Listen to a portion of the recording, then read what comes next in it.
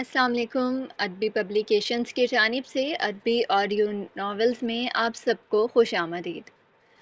آج ناول آمنہ خان کا جو ناول ہے حبوط، اس کے چیپٹر نمبر 4 کا پارٹ 2 آپ کے لیے لے کر آئی ہوں، تو جلدی سے چلتے ہیں ناول کی جانب۔ ہماری ویڈیو کو لائک کرنا اور چینل کو سبسکرائب کرنا مت بھولیے گا۔ حادثے کے 2 دن بعد، جگہ غزار احمد کا گھر، 6:34 PM۔ نیا روز، نئی امنگ، لیکن پرانے حالات۔ بھانگسار میں بنے اس 2 منزلہ بنگلے پر شام کی روشنی دم توڑ رہی تھی۔ فروری کے اختتامی دن تھے، لیکن موسم ویسا ہی تھا جیسے 2 ماہ یا 2 سال پہلے، گرم، تپتا ہوا، آگ برساتا۔ نچلے حصے میں واقع 2 کمروں میں سے ایک کا رخ کرو تو وہ گاڑھے کرمزی رنگ کی لکڑی کے دروازے والا کمرہ ہوگا جسے اندر سے بند کیا ہوا تھا۔ دروازے کے نیچے سے امٹتی روشنی کی پٹی کو کھوجو تو آپ اپنے آپ کو کمرے کے اندر پائیں گے۔ اس وسیع و عریض ضخامت کے کمرے کے بیچوں بیچ کنگ سائز بیڈ بچھایا گیا تھا جس پر ہلکی گلابی رنگ کی چادر چڑھی تھی۔ شام کی مدھم نارنجی روشنی شیشے کی کھڑکیوں سے ٹھن کر اندر برس رہی تھی۔ لکڑی کے فرش پر ہلتے جلتے سائے واضح تھے اور بنگلے کے قریب مقیم موٹے ستون والے درخت کے پتوں کی سرسراہٹ اس گھر میں واحد آواز تھی۔ کمرے میں بتیاں بجھی ہوئی تھیں جیسے رہنے والے کو روشنیوں سے سخت چڑ ہو، اس لیے جو بھی روشنی تھی وہ یا تو مٹتے سورج کی تھی یا سڑک پار کھڑی لمبی سٹریٹ لائٹس کی جو خوبصورت نقرئی شعاعیں کمرے کی شیشوں پر انعکاس کر رہی تھی۔ کوالالمپور میں عصر کا وقت تکمیل ہونے کے در پر تھا۔ پلنگ کے ہتھے پر بیٹھی زبیہ نے ہتھیلی اپنی ٹھوڑی پر مسلی اور وہاں موجود پسینہ صاف کیا اور پھر دونوں ہاتھ آپس میں پھنساتے ناہموار ہوتی سانسوں پر قابو پانا چاہا۔ اس نے آسمانی نیلے رنگ کی قمیص پر ڈھیلی ڈھالی جینز پہن رکھی تھی۔ سفید دوپٹہ اس کے پیچھے بیڈ پر جھری زدہ ہوا پڑا تھا۔ بال کل کی طرح ہی بندھے تھے، لیکن لگتا تھا اسے پچھلی رات کے بعد سے ان میں کنگھی پھیرنے کی فرصت نہیں ملی تھی۔ چہرے پر چمکتا پسینہ، آنکھوں کے ڈلوں میں عیاں سرخی اور واضح انداز میں جلے گلابی ہونٹ، سب کچھ کل تھا، آج آیا ہی نہیں تھا۔ زبیہ اس لمحے سے نکل ہی نہیں پائی تھی۔ اس نے کمرے کے دوسرے حصے کی طرف نظریں موڑی جہاں مضبوط لکڑی کے ونٹیج طرز پر مبنی گہرے سبز رنگ کی سائیڈ میز اپنے 4 پائے پر کھڑی تھی۔ آنکھوں نے پلکیں جھپکائیں اور اس کی نظر کا زاویہ میز پر سجی کتابوں اور پنی چڑھے لیمپ سے ہوتا برابر دیوار کے ساتھ ٹکے ساکت مجسمے کی جانب گھوما۔ وہ مجسمہ اینٹ یا پتھر نہیں تھا، وہ سیمنٹ سے گوندا یا ہاتھوں کی نفاست کا کمال نہیں تھا، وہ تو کھال تھا، انسانی جسم جس کی پور پور میں زندگی ہوا کرتی تھی۔ اس کے نقوش کسی میوزیم کی زینت کے نہیں بلکہ حاکمیت اور قیادت کا چترام تھے، لیکن آج وہ بجھے ہوئے تھے۔ اس کا ہر جز سانس کی رمق سے خالی تھی، اندھیر۔ سفید بال ماتھے پر جھول رہے تھے، سحر انگیز آنکھیں اپنے جالوں میں قید تھیں اور ہونٹ چپک کر نیلے پڑ چکے تھے۔ وہ بے جان بے حرکت سا کونے میں ٹھہر گیا تھا، ایسے کہ جیسے کوئی وزنی بوری ہو جسے مزدور نے پہلی جگہ دیکھتے ہی ٹھکانے لگا دیا ہو۔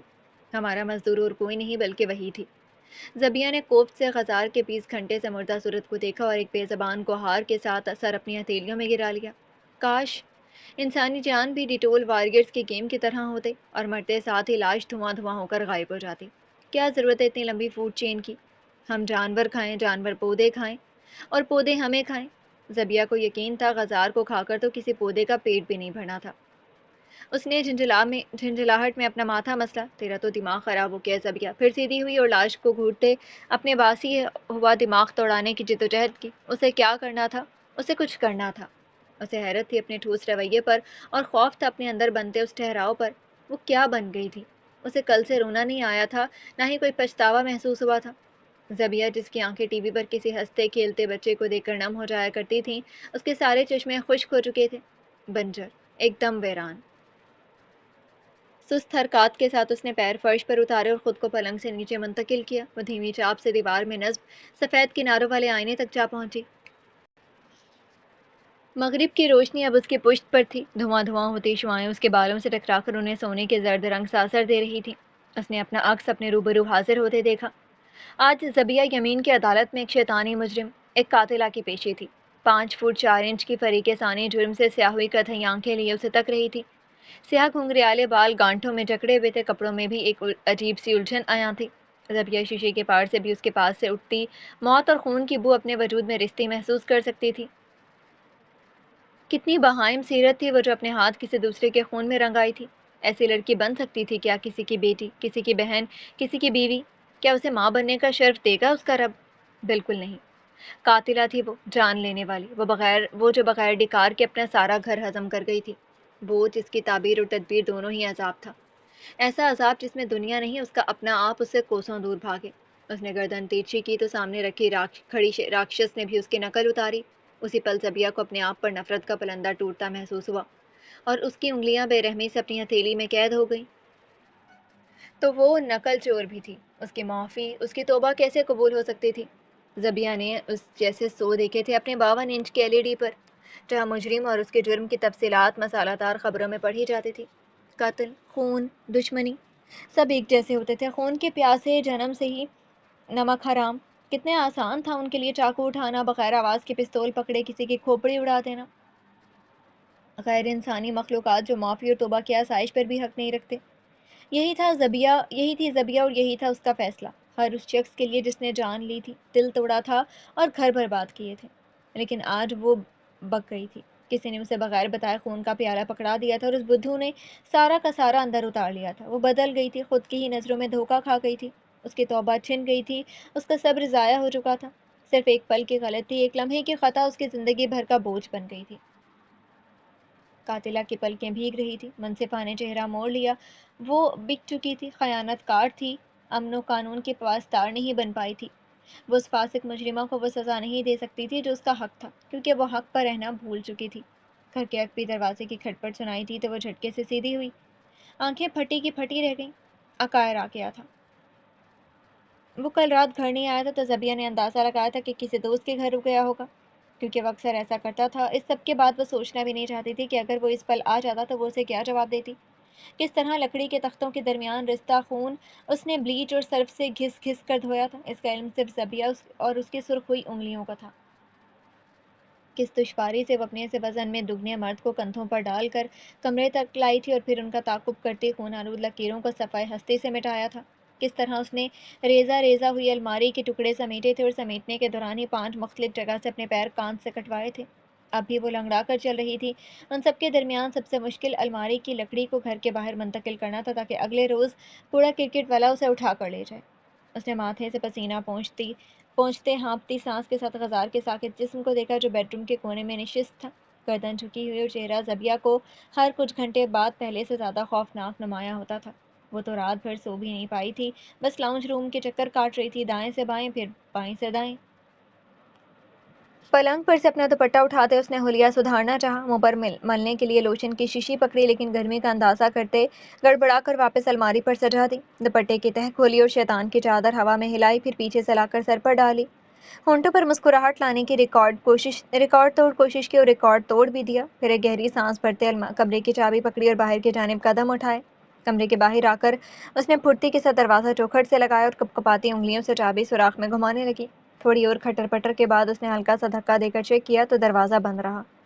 وہ اپنی ایڑیوں پر پلٹی تو لاؤنج روم میں ڈلے سفید اور سب صوفے سیٹ پر عقائر بیٹھا تھا۔ زبیہ کی مٹھیاں بے اختیار بھیج گئیں۔ یہ وہی جگہ تھی جہاں 18 گھنٹے پہلے اس کا زندہ سلامت شوہر اسے جوتے اتروا رہا تھا۔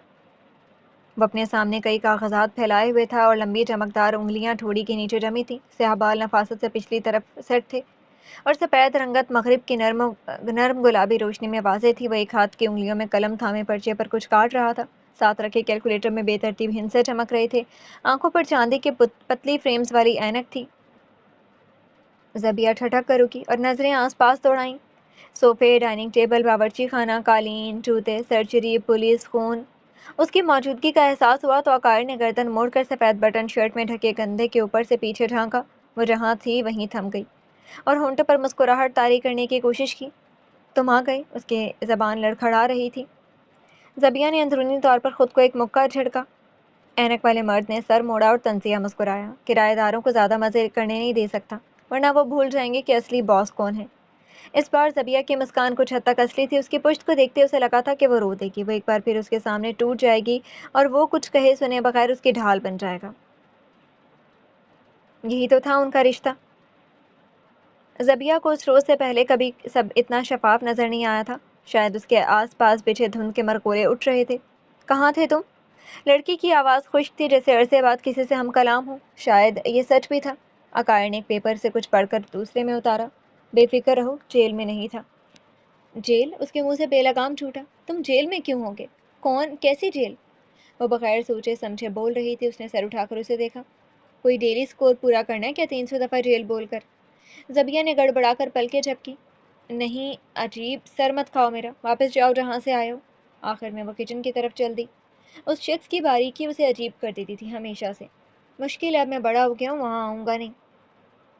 میں نے آسے سے پرچے پر قلم چلایا۔ زبیہ کولر کے سامنے کھڑی پانی نکالنے لگی۔ پیر لاشعوری طور پر زمین تھپ تھپا رہے تھے۔ گلاس منہ تک بھر کر اس نے کنارہ لبوں سے لگایا ہی تھا کہ اوہ، ایک فیور دے دو، غزار کو بلا دو، کچھ اخراجات ڈسکس کرنے ہیں۔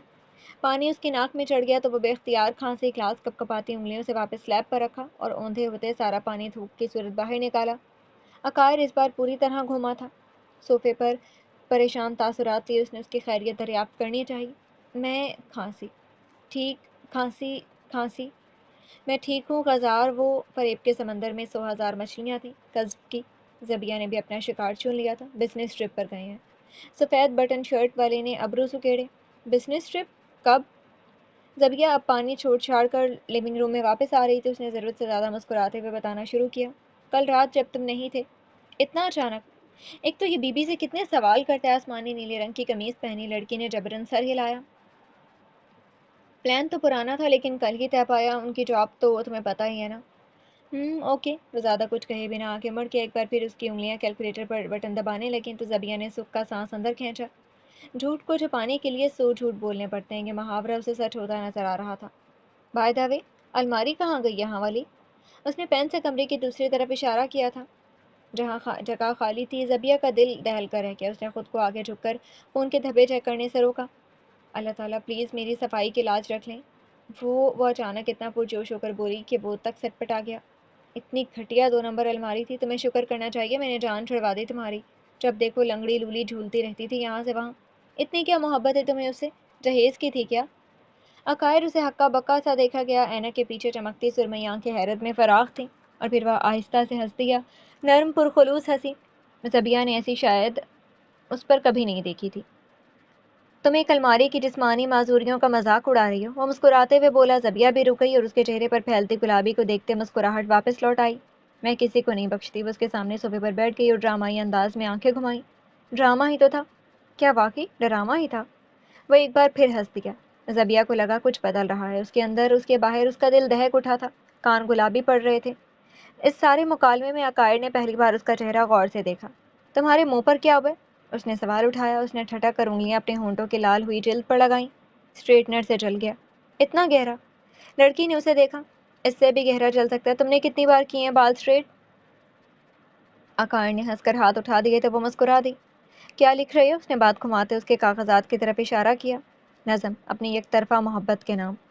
پین پر ڈھکن لگاتے فخریہ اعلان کیا۔ زبیہ کے ہونٹ پھیل گئے، چہرے پر واضح مسکراہٹ بھی کھل گئی تھی۔ اس کی دھڑکن اس کے کانوں تک بلند ہوئی تھی۔ وہ سن نہ سکی تھی، نہ بول سکی تھی، بس گنگ سے سامنے براجمان مرد کو تکتی رہی۔ عقائر نے اس کے تاثرات بھانپے اور سیدھا ہوا۔ مذاق تھا لڑکی، یہ دیکھو آفس کا کام ہے۔ اس نے ایک فائل اٹھا کر اس کے چہرے کے سامنے ہلائی۔ زبیہ کچھ پڑھ بھی نہ پائی تھی۔ تمہیں واقعی میں شاعر ٹائپ بندہ لگتا ہوں۔ اس نے استحضاء سے اسے دیکھا۔ زبیہ نے مشکل سے سر دائیں بائیں کیا، پھر تھوڑا سا مسکرا دی، اب کہ مسکراہٹ مصنوعی تھی۔ مجھے کیسے پتا ہوگا؟ عقائر نے اس سے نظریں ملائیں۔ گلابی شام اور سرخ ہوئے دل، پورے نگینوں کا عکس سرمئی شیشوں پر، سبز رنگ صوفوں اور ان کے رازدار اور زرد چمکتی روشنی۔ انگنت رنگ تھے ان کے ارد گرد، پھر بھی دنیا بجھ کر سیاہ و سفید کیوں ہو گئی تھی؟ صحیح کہہ رہی ہو، تمہیں کیسے پتا ہوگا؟ وہ مسکرا کر واپس اپنے کاغذات کی طرف متوجہ ہو گیا تو زبیہ کو اپنا آپ وہاں بیٹھا بے قصد معلوم ہوا۔ وہ بھی خاموشی سے کھڑی ہو گئی۔ کمرے کی طرف بڑھتے اس نے ایک آخری بار اس کی پشت کو دیکھا تھا۔ بہائم سیرت قاتلہ کی آنکھیں اب خالی نہیں تھیں۔ وحشت، جرم اور گناہ کے علاوہ بھی آج کچھ تھا ان میں، لیکن اس کا اعتراف اس کی سزاؤں میں سے ایک تھا۔ غزار کی موت کو 24 گھنٹے بیت چکے تھے اور زبیہ کو ڈر تھا کچھ وقت میں سارا گھر اس سے باخبر ہو جائے گا۔ اس نے گوگل کھول رکھا تھا اور یہ بھی پڑھ لیا تھا کہ لاش کو بوسیدگی کی انتہا تک پہنچنے میں تقریباً 24 سے 48 گھنٹے لگتے ہیں، جس کا مطلب تھا کہ اس کے اگلے 24 گھنٹے تشویشناک تھے اور اسے جلد از جلد کچھ کرنا تھا، لیکن کیا؟ غزار کا فون وہ سوئچ آف کر کے دراز میں جھونک چکی تھی۔ اس کے خون میں لت پر ٹی شرٹ بھی دھو دھا کر صاف کر دی تھی اور اسے ایک سادہ کالے رنگ کا کرتا پہنا دیا تھا۔ وہ الگ بات تھی کہ کپڑے اس کی گردن سے نیچے اتارتے ہوئے اسے انتہا کا خوف تھا کہ وہ ابھی اٹھ بیٹھے گا اور بنا آواز اس کی جان لے لے گا۔ خون اس کے جسم سے ضائع ہو چکا تھا، اس کا سر پھٹا تھا اور حملہ سیدھا پچھلی طرف ہوا تھا۔ زبیہ نے زیادہ غور نہیں کیا تھا، لیکن اسے اٹھاتے وقت اس نے چند کانچ کے ٹکڑے اس کی گردن میں چبھے نظر آئے تھے۔ مرحوم کے خاندان کی فکر کرنے کی اسے کوئی خاص ضرورت نہیں تھی۔ زبیہ کو جہاں تک علم تھا، غزار کی پہلی شادی سے اس کا ایک بیٹا تھا جو اب اپنی بیوی کے ساتھ پرتگال میں ہوا کرتا تھا۔ اپنے باپ سے اس کے سارے رابطے منقطع تھے، کیونکہ طلاق کے وقت غزار نے اس کی ماں کو بہت ستایا تھا۔ زبیہ نے شکر کیا کہ اسے معلوم نہیں تھا کہ پرتگال کہاں تھا، اس کا مطلب دور ہی تھا۔ اسے ایک پلان بنانا تھا، اپنا اسکیپ پلان، فرار کا منصوبہ۔ ہاتھ میں کاپی پین پکڑے اس نے بیڈ پر چوکڑی ماری اور سائیڈ لیمپ کھولا۔ ادکلے سیاہ گھنگریالی لٹیں اس کے آس پاس جھول رہی تھی، سنہری روشنی میں موم بتی کی لو جیسی چمکدار۔ کھڑکی کے باہر سر نکالو تو بانگ سار چاندنی رات کے حوالے تھا۔ فروری کے دن اپنے اختتام کو پہنچ رہے تھے، آئندہ سال لوٹنے کے لیے تیار، لیکن اگلا سال کس نے دیکھا، اگلا ماہ کس نے دیکھا؟ قلم تھامی اس کی انگلیاں تھر تھرا رہی تھی۔ وہ کیا لکھے؟ کہ وہ قاتلہ تھی، کہ وہ اپنا قتل چھپا رہی تھی، کہ اس نے خود کو خود ہی کے ہاتھوں بیوہ کر دیا تھا، کہ اس نے اپنے تڑپتے میاں پر ترس نہیں کھایا تھا؟ زبیہ نے آنکھیں سختی سے بند کی۔ نہیں، وہ اس وقت خود کو جذباتی نہیں ہونے دے گی۔ پھر واپس سفید پرچے کو دیکھا اور قلم کی نوک کاغذ پر جمائی۔ نیلی سیاہی میں ڈوبا دائرہ بڑھتا چلا گیا، زبان سے ہونٹ گیلے کیے اور آخر کار نوک گھمائی، اب کہ وہ مالائی میں کچھ لکھ رہی تھی۔ پہلا قدم، گاڑی حاصل کرنا۔ یہ جمعرات کی دوپہر تھی اور زبیہ بنگلے کے کچن سٹول پر بیٹھی ہاتھ میں قید جامنی بلیک بیری فلپ فون کو تک رہی تھی۔ یہ اس کا اپنا فون تھا اور اس کی آنکھوں میں ایک سنسان سے گہرائی تھی اور سیاہ بال اونچی پونی ٹیل میں بندھے تھے۔ اسے ایک گاڑی چاہیے تھی، لیکن وہ غزار کی نہیں لے سکتی تھی، کیونکہ وہ اسے اس کی کمپنی نے دی تھی۔ گاڑی کو کچھ بھی ہوا تو کمپنی والوں کو معلوم ہو جانا تھا، اور زبیہ کسی کو بھی کچھ نہیں بتانا چاہتی تھی۔ اس نے بے دہانی میں لب کاٹے تو جلن اس کے اندر تک گئی تھی۔ وہ کراہ کر رہ کے انگلیوں کے پوروں سے زخم کو چھپا۔ وہ پرسوں سے 7 بار اپنے ہونٹوں پر ٹوتھ پیسٹ مل چکی تھی، لیکن جلے ہوئے کا اثر زائل نہیں ہو رہا تھا۔ اسے وقت چاہیے تھا، لیکن اس کے پاس وقت ہی تو نہیں تھا۔ پچھلی رات سے لاش کے پاس سے بساند اٹھنا شروع ہو گئی تھی، مانی کہ غزار کا مردہ جسم اب گلنے سڑنے کے مقام تک پہنچ رہا تھا۔ اس کے پاس وقت نہیں تھا، لیکن گھر میں ایک بڑی ناک والا مالک مکان ضرور تھا۔ خدا کا شکر تھا وہ نچلی منزل پر کم ہی ہوتا تھا، لیکن زبیہ کو اپنی خوش قسمتی پر بالکل بھی یقین نہیں تھا۔ اس نے آخر کار فلپ فون کی اسکرین کھولی اور بٹنوں والا کی پیڈ اپنے سامنے کیا۔ اب وہ سست رفتاری سے کوئی نمبر ملا رہی تھی، تاثرات سے وہ ابھی پوری طرح آرام دہ نہیں لگتی تھی۔ فون کان پر لگایا تو دوسری طرف رنگ جانے لگی۔ فراخ کھڑکیوں سے چھن کر آتی دھوپ لوہے کے سٹول کے پائے سے ٹکرائی اور زبیہ نے دعا کی کہ اس کے پرانے محلے کی دوست اسے بھولی نہ ہو۔ اچانک گھنٹی بند ہوئی اور ایک نرم نسوانی آواز لائن پر کھنکھاری، ہیلو۔ زبیہ فوراً سیدھی ہوئی۔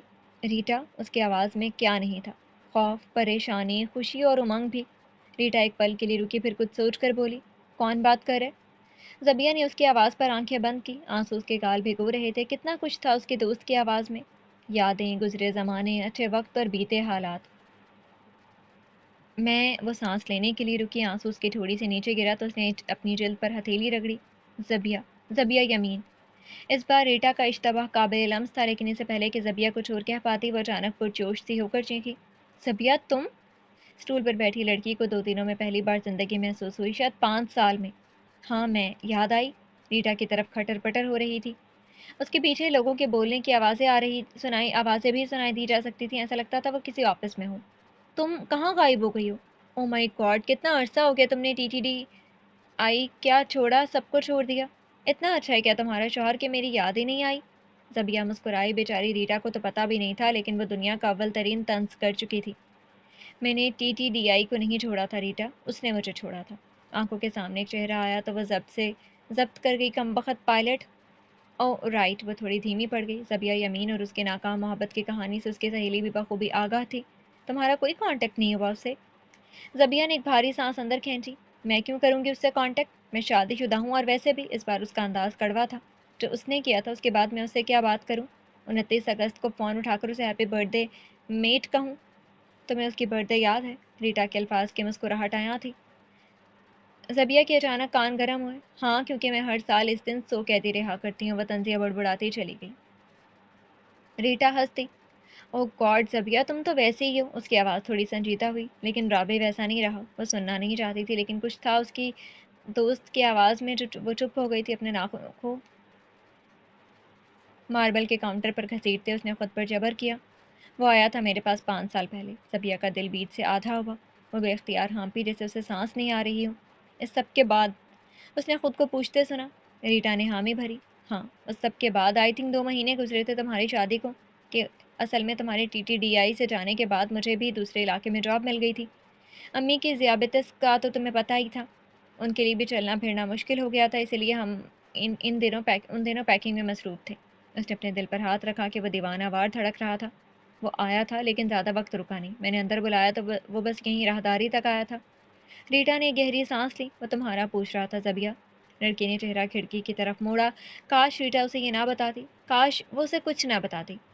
کیا پوچھ رہا تھا؟ اس کا لہجہ سرد تھا، غیر طعنہ کن۔ یہی کہ تم کہاں رہتی ہو، شادی کے بعد وہ تم سے ملنا چاہتا ہے۔ اس کے ہاتھ میں پھول بھی تھے۔ زبیہ نے آنکھیں بند کیں۔ کون سے پھول ہوں گے اس کے ہاتھوں میں؟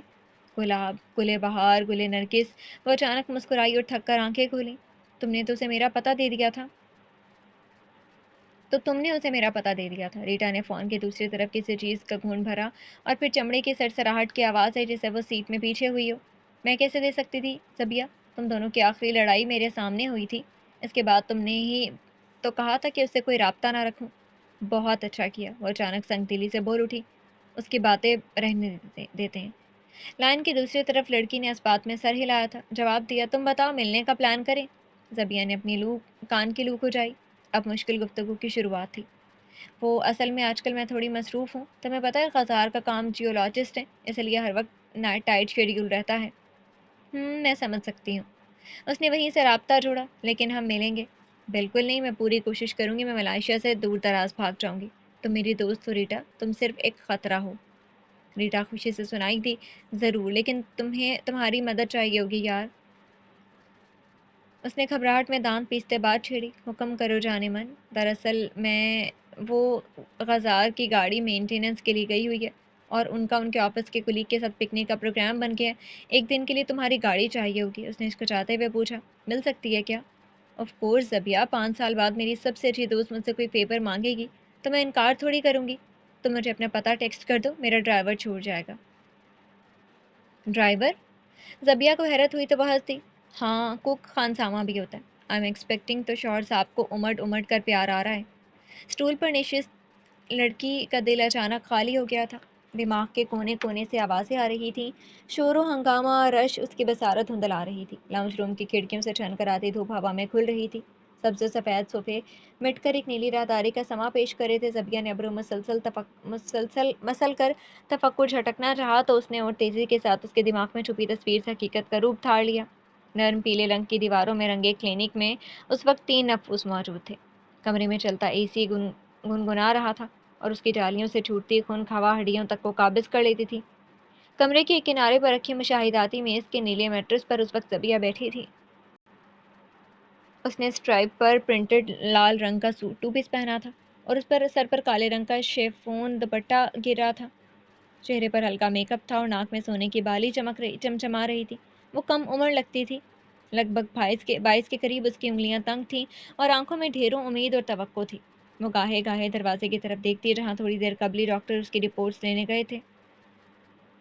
اسے تھوڑے فاصلے پر غزار بیٹھا تھا جو اس کے بے چین تاثرات دیکھتے اٹھ کھڑا ہوا تھا۔ اس کے برابر کھڑے ہوتے اس نے مسکرا کر زبیہ کو دیکھا تھا، وہ بھی اسے دیکھتے تھوڑا سا مسکراتی تھی۔ ڈاکٹر کمرے میں واپس آئی تو دونوں نے سر گھما کر اسے دیکھا۔ سنہرے چمکتے بالوں والی ڈاکٹر 30 کی کتار میں معلوم ہوتی تھی۔ کالے ہیئر ٹائی سے اس نے نیچے سے پونی ٹیل بنائی ہوئی تھی اور کندھوں سے سفید گاؤن جھول رہا تھا۔ اپنی ہیل پر ٹک ٹک کرتی وہ ان تک آئی اور ہاتھ میں پکڑے نیلے فولڈر کا بٹن کھولا۔ زبیہ نے غزار کو دیکھا۔ غزار نے آگے جھک کر اس کا ہاتھ تھاما۔ تمہاری ٹیسٹ رپورٹس تیار ہیں زبیہ۔ اس نے پیپرز باہر نکالتے اسے دیکھا اور مسکرائی، لیکن کچھ تھا اس کے مسکراہٹ میں جو زبیہ کو کھٹک گیا تھا، کچھ غلط۔ اس کا دل اچانک ڈوبنے لگا تھا۔ میں تم سے جھوٹ نہیں بولوں گی، تمہاری پوری زندگی تمہارے اپنے آگے ہے۔ اس نے کاغذات دیکھتے ایک ٹھنڈی آہ بھری تو زبیہ کو لگا جیسے وہ اس کا کلیجہ جھیل رہی ہو۔ کیا ہوا؟ وہ سہمی ہوئی سے اپنے شوہر کی طرف مڑ گئی۔ غزار نے بھی تشویش میں قدم آگے کیے۔ زبیہ، تمہیں پتہ ہے تم پولیسسٹک اووری سنڈروم PCOS میں بھی کہتے ہیں اسے۔ مجھے پتہ ہے۔ وہ چپ نہیں رہ سکی۔ ہم یہاں علاج کے لیے آئے ہیں غزار، بتائیں نا انہیں۔ اس نے ہاتھ کھڑے مرد کا بازو تھپتھپایا۔ سوٹ میں ملبوس آدمی نے نرمی سے سر اوپر نیچے کیا۔ 1 منٹ بھیا۔ وہ ڈاکٹر کی جانب مڑا۔ اب بتائیں میم۔ اوکے، میری بات تحمل سے سنو زبیہ۔ سفید گاؤن والی نے اس کے کندھے پر ہاتھ رکھا۔ PCOS ہمیشہ ایک پیچیدہ حالت ہوتی ہے۔ اسے کسی ایک طریقے سے سلجھایا نہیں جا سکتا۔ میڈیکل تاریخ میں کئی کیسز ایسے ہیں جس میں پی سی اوز کے باوجود بھی کئی عورتیں پریگننٹ ہو پائی ہیں۔ بھوری آنکھوں سے امید جاگ اٹھی، اس کی انگلیاں لوہے کی میز کے ٹھنڈے کناروں پر تنگ ہوئیں، لیکن اس کا چہرہ اچانک بجھ گیا تھا۔ گائناکالوجسٹ کے سنہرے بال سوکھ کر سیاہ ہو گئے تھے، نرم سفید رنگت پر ایک اندھیرا سا سایہ چھا گیا تھا، اور اس کی انگلیوں میں پکڑی ذبیحہ کی رپورٹس اس کا اعمال نامہ بن گئی تھی۔ اس وقت وہ جان کی رکھوالی نہیں، موت کا نشرر کار لگ رہی تھی۔ لیکن ذبیحہ آگے جھکی بھویں تنی ہوئی تھی۔ غزال نے اس کا چہرہ دیکھا۔ معلمن نے نظریں اٹھائیں اور پھر وہ سر ہلا کر رہ گئی۔ لیکن تمہارے یہ حالات نہیں ہیں، تمہاری کنڈیشن لا علاج ہے۔ کچھ دم توڑ گیا تھا اس کے اندر، شاید وہ امید تھی یا شاید اس کا اپنا دل۔ میز کے بے آرام لوہے پر نشست 22 سالہ زبین یمین کی زندگیوں کو قفل لگ گئے تھے۔ ایئر کنڈیشن سے نکلتی سخت بحرانیوں سے سخت برفانی ہوائیں اس کے نتنوں سے ٹکرا رہی تھی، اس کا سانس لینا دشوار تر کر رہی تھی۔ دیوار پر نصب کھڑی اپنی سوئیاں چلا کر ہر بیتے لمحے کا اعلان کر رہی تھی۔ اس کی ٹک ٹک دور میز پر رکھے کاغذات کی کھڑکھڑاہٹ اور سب ایک اور جہاں کا حصہ لگتی تھی، وہ جہاں جسے ذبیحہ پوری طرح سے منقطع تھی۔ آس پاس لگے سرٹیفکیٹس اور ننھے بچوں کی تصویریں اس کے منظر سے دور رہی تھیں، سب اپنا اصل کھو رہی تھی۔ غزال اب تیرچھا اور سنجیدہ آواز میں ڈاکٹر سے تفصیلات پوچھ رہا تھا۔ چہرے سے تو وہ بھی پریشان لگتا تھا، لیکن اس نے مکمل قابو پایا تھا اپنے الفاظ اور رویے پر۔ ان دونوں کا مکالمہ اسے کسی خراب ریڈیو سے آدھی ادھوری کمنٹری جیسا لگا تھا۔ کانٹوں نے ہر سچ، ہر سوال سے منہ موڑ لیا تھا، اب صرف وہ تھی اور اس کے اندر بنتا پاتال۔ دوسرا قدم، لاش کو ٹھکانے لگانا۔ تھینک یو، زبیہ نے دروازے سے سر نکالتے کی چین سے لٹکتی چابی تھامی۔ سامنے کھڑا سفید وردی میں ملبوس ڈرائیور مسکرا دیا۔ گلے میں چمکتی اسٹریٹ لائٹس کی روشنی اس کے اینک کے شیشوں پر واضح ہوئی تھی، اور جھری زدہ گال گولائی میں ڈھل گئی۔ بیگم صاحبہ نے کہا تھا آپ کو یہ بھی دے دوں۔ اس نے دوسرے ہاتھ پہ پکڑا خاکی بیگ اس کے حوالے کیا تھا۔ زبیہ کی آنکھیں اس کے ہاتھوں تک گئیں اور وہ مربت میں مسکرا دی۔ کیا ہے اس میں؟ اسے تھامتے اس نے لفافے کو دیکھا جو اس کی ہتھیلی سے تھوڑا ہی بڑا تھا۔ بوڑھے ڈرائیور نے شانے اچکائے۔ کچھ معلوم نہیں میڈم، لیکن انہوں نے کہا تھا سنبھال کر لے جاؤ۔ ہیلو مسٹر، ڈرائیور کا یونیفارم پہن لیا آپ نے، لیکن نو پارکنگ کا نشان نہیں دیکھا۔ پیچھے کھڑی آواز بولی تو زبیہ اور بوڑھے مرد نے گردنیں موڑی۔ پیچھے وہ تھا، وہی جس کی نگاہیں اسے جان جانے کی عادی تھیں، اسے پہچان جانے کے بہت قریب۔ سیاہ آدھی آستینوں کی ٹی شرٹ پر کریم رنگ کے پینٹس پہنے، ساتھ ہی بازو پر ذرا اس کی زرشکی رنگ کی بائکر جیکٹ تھی۔ ہاتھ میں اس کا بیک پیک تھا اور سرمئی آنکھیں تفتیشی طرز میں زبیہ اور ساتھ کھڑے مرد کو دیکھ رہی تھی۔ وہ ابھی آفس سے آیا تھا۔ صاحب میں نے غلط پارکنگ نہیں کی۔ ڈرائیور نے گھر کے دروازے کے سامنے کھڑی سفید ہونڈا سٹی کی صفائی پیش کی۔ عقائر نے اسے 2 پل ٹھہر کر دیکھا، پھر جوتے سے زمین مسلی۔ تو میں نے غلط گھر بنایا ہے؟ زبیہ نے ابرو کھینچے۔ عقائر جانے دو پلیز، انکل جا ہی رہے تھے۔ وہ دروازے سے پیچھے ہٹی اور اپنے مالک مکان کے لیے اندر جانے کا راستہ چھوڑا۔ اس نے ایک لمحے کے لیے اسے دیکھا، پھر بغیر کچھ کہے گھر کے اندر چل دیا۔ ڈرائیور بھی معذرت کر کے اپنی گاڑی کی طرف مڑ گیا تو زبیہ نے دروازہ بند کیا۔ چابی اور خاکی لفافہ اب اس کے ہاتھوں میں تھے۔ وہ کچن سٹول پر بیٹھا اپنے جوتے ایڑیوں سے کھسکا رہا تھا۔ جیکٹ کرسی کے ہتھے پر ٹنگی تھی۔ سفید لوفر لکڑی کے فرش پر گرے تو زبیہ ٹھٹک کر رک گئی۔ وہ سیدھی اپنے کمرے تک بھاگ کر اپنے منصوبے کے اگلے قدم کا نقشہ کھینچنا چاہتی تھی، لیکن کچھ تھا اس کے رویے میں جو غیر معمولی تھا۔ وہ جگ سے آدھا گلاس پانی نکال رہا تھا، چہرے پر دن بھر کی تکان نمودار تھی۔ جہاں تک زبیہ کو پتا تھا وہ ایک پرائیویٹ بزنس کنسلٹنٹ کے طور پر کام کرتا تھا۔ وہ ہچکچاتے ہوئے لاؤنج پار کر کے کچن کاؤنٹر تک آئی اور لب ساتھ جوڑے۔ ہمیشہ کی طرح عقائر کی پشت اس کے سامنے تھی۔